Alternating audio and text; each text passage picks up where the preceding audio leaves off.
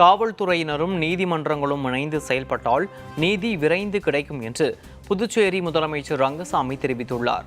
மத்திய அரசு 3 புதிய குற்றவியல் சட்டங்களை அமல்படுத்தியுள்ளது. புதுச்சேரியில் கதிர்காமம் அரசு மருத்துவமனை கருத்தரங்க கூடத்தில் புதிய சட்டங்களுக்கான அறிமுக விழா நடைபெற்றது. இதில் சிறப்பு விருந்தினராக முதலமைச்சர் ரங்கசாமி கலந்து கொண்டார். புதிய 3 சட்டங்களை அறிமுகப்படுத்தி வைத்து பேசிய முதலமைச்சர் ரங்கசாமி, பாலியல், கொலை, கொள்ளை உள்ளிட்ட குற்றங்களை புரிந்தவருக்கு ஒரு காலக்கெடுவுக்குள் தண்டனை கிடைப்பது உறுதி செய்யும் வகையில் இந்த 3 சட்டங்கள் அமைந்துள்ளதாக குறிப்பிட்டார். இந்த குற்றவியல் சட்டங்களால் மக்கள் பாதுகாப்பாக அச்சமில்லாமல் வாழ வேண்டும் என்பது உறுதிப்படுத்தப்பட்டுள்ளதாக கூறினார்.